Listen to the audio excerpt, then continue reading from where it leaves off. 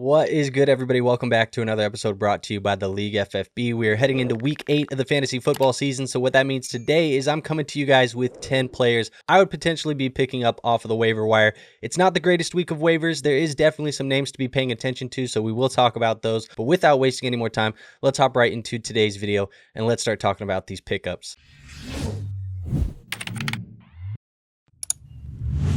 All right, so as we always do, I have some waiver wire priority pickups if you play in a little bit of a shallower league. Maybe it's an 8-man, a 10-man. Maybe you're playing in a league that's just not as competitive, a work league, something like that. I would be double checking the waiver wire just to see if these players are available. All of these players are above that 50% threshold that we look at as far as the rostership percentage goes. So the players I'm looking at are going to be Kamani Vidal, Kyle Pitts, Zach Ertz, Matt Stafford, Romeo Dobbs, Juwan Jennings, Woody Marks, Trey Benson, Jackson Dart, and Alec Iamaner. We've talked about a ton of these guys on previous waiver episodes, stash episodes last week, a whole bunch of other stuff. So just double check the waiver wire if you're in a shallower, maybe a less competitive league, just to see if these players are available, because I do like most of these guys over the waiver wire pickups that we will talk about next. So with that being said, let's go to my first guy. The first player I am picking up is going to be Kyle Monangai for the Chicago Bears. Now, he obviously won in this game here against the New Orleans Saints 26-14 this week. He's rostered in about 11% of leagues, and he had 13 carries for 81 rushing yards and 1 rushing touchdown. Also was used in the receiving game just a little bit, 2 catches for 13 receiving yards, finishing with 17.5 PPR points basically. So he's a player that I definitely would be watching. This is a player that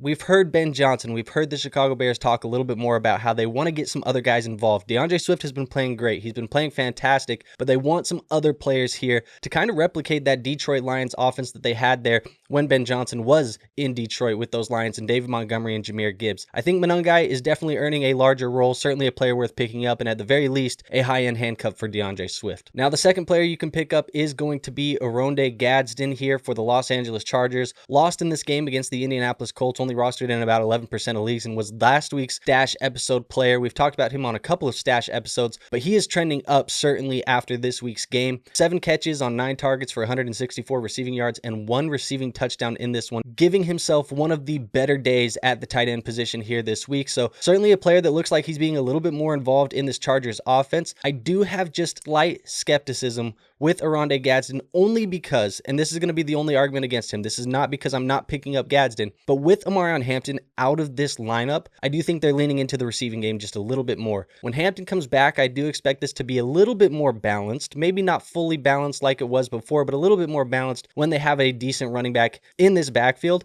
But for now, Oronde Gadsden certainly at the tight end position worth a pickup, no doubt about it, so I would be looking at him to see if he's available in your leagues. Now, my third player is going to be Kayshon Boutte here for the New England Patriots. They won in this game 31-13 against the Tennessee Titans. Now, he only had 2 catches. Both of the targets that came his way, he came down with for 55 total yards and 1 touchdown. This is a player who's rostered in about 43% of leagues. We've talked about him a couple of times. The New England Patriots receiver room feels a little bit shaky from a week-by-week basis. One week, it's going to be Stephon Diggs. The other week, it's Kayshon Boutte. Maybe it's Hunter Henry the week after that. It is just spread around, but Drake May is playing some MVP level type of ball right now, so I think Kayshon Boutte certainly worth picking up. Obviously, a big play threat in this offense, and if you need him on a bye week, maybe, this upcoming week where there's a ton of buys, you're plugging this guy into your flex spot and getting some production out of him. So certainly worth picking up here this week in a little bit of a weaker waiver wire. Let's go to the quarterback position for my super flex teams, or maybe teams that are dealing with some injuries. There's lots of quarterback injuries this week. We'll talk about a lot of them. Joe Flacco is certainly a pickup for me. Right now rostered in only 15% of leagues, and he goes out there and he beats the Pittsburgh Steelers on Thursday Night Football short notice. Obviously, this is why Mike Tomlin was upset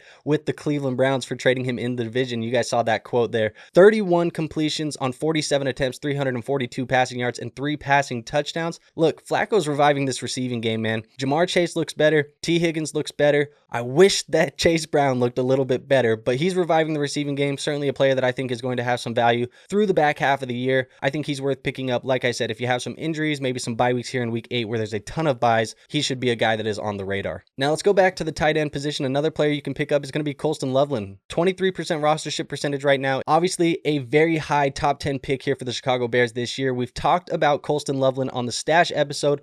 Some of that post bye week bump that we see out of these rookies. Colston Loveland is certainly a beneficiary of that. And there is also going to be some more opportunity on the horizon, I think, with Cole Kmet, who is now dealing with a back injury. So this is a player I would be picking up if I need some help at the tight end position, see what we can get out of a top 10 tight end from the NFL draft, one of the highest drafted prospects that we had in this previous draft class. I think Colston Loveland is worth a look and somebody I would be picking up and putting on the end of my bench if I need some tight end help. Now, another player who's going to have some more opportunity due to some injuries, I think Malik Washington is a player that I'm going to be looking at. 5 catches on 8 targets for 30 total yards, not doing too much with the catches that came his way, but only rostered in about 20% of leagues. The reason why I like him right now is because Darren Waller had a pec injury in this game. He missed the rest of the day. So I think Malik Washington is certainly somebody we should be keeping an eye on. You've also had some Jalen Waddle trade rumors. I don't know if any of that is going to come to fruition, but right now it's Malik Washington and Jalen Waddle in this offense, assuming that Darren Waller is going to miss some time. And I think Malik Washington would be the short yardage check down type of guy here for Tua Tagovailoa that is not named Devon Achane. So I think he's a player that if you need some flex help, like I said, this upcoming week is filled with bye weeks. Malik Washington is a player that if Darren Waller misses time, you can pick up and play here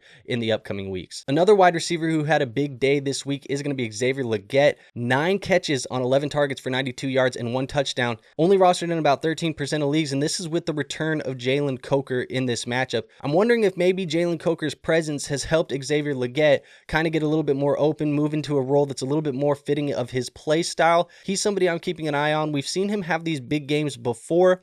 Obviously, now you have Tyrod, McMillan in this offense, Coker, all of these other guys, Rico Dowdle and Chuba Hubbard are splitting, carries in the backfield. It's a little bit of a mess here. And you have Bryce Young, who did get hurt in this game. So maybe it's going to be Andy Dalton next week. We have no further confirmation on that injury at this point in time. Maybe it is still Bryce Young. But I think Legette, if you're looking for some plug-in options, I think Legette is an interesting piece here with the production that he gave us this week and some of the things around him moving into the upcoming weeks. Now, I said there was a ton of injuries here this week. One of them is going to be to Jaden Daniels. So I think we can pick up Marcus Mariota as a speculative add at the quarterback position if you're in a super flex league, you're in a 1 QB league that has Jaden Daniels. Right now, he's only rostered in 3% of leagues. I'm not looking at everything that he's done this week because he just didn't play that long in this Dallas game. But Jaden Daniels, he hurt the hamstring. Maybe a player who's going to miss some time again, which is unfortunate because he already missed some time to start the year. So Marcus Mariota, again, a guy who has some rushing upside you can pick up and play if you need him here in Week 8's Bipocalypse and with the injuries at the position. My second to last pickup here this week is going to be Brashard Smith, running back for the Kansas City Chiefs. They've talked about wanting some extra juice in this backfield. I think they are certainly a team that is going to be a trade candidate for a potential Breece Hall or some of these other running backs that become available if possible. But I do think we should pick up Brashard Smith in the short period of time now as we wait for a move like that to happen. Right now, only rostered in about 9% of leagues. He had 19 touches for 81 total yards in this game against the Las Vegas Raiders. Now, I think a lot of that was game script because they were blowing them out. You see 31-0 was the end score here in this one. I think he's just a player who's shown that when you give him a couple of touches, he has a little bit more juice than a guy like Pacheco, has a little bit more juice than a guy like Kareem Hunt. So he is a player that I'm definitely not picking up to play in my starting lineup moving forward, but I think he's showing a little bit more each and every week that, hey, we can get this guy involved. He's definitely a threat in the receiving game. You see 5 catches for 42 receiving yards, a former wide receiver turned running back, kind of like an Antonio Gibson back in the day. But I do think that this is a player that is definitely worth looking at moving forward. And now my final pickup this week, it is going to be Tyrod Taylor for the New York Jets. Look, rostered in only 1% of leagues. This is not because of injury. I said we had a lot of injuries at the quarterback position, bye weeks next week. Justin Fields was benched in the second half of this game against the Carolina Panthers. And now I don't know if this is going to carry over into the next week, but we should be looking at Tyrod Taylor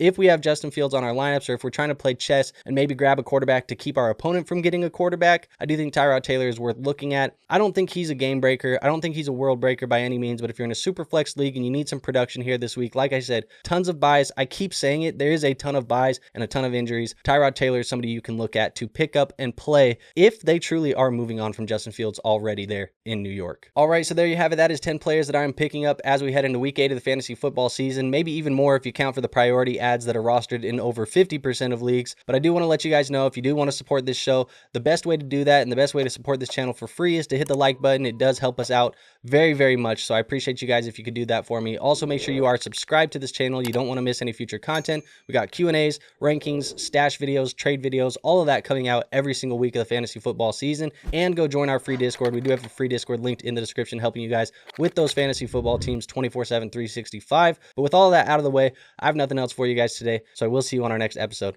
Until then, peace out.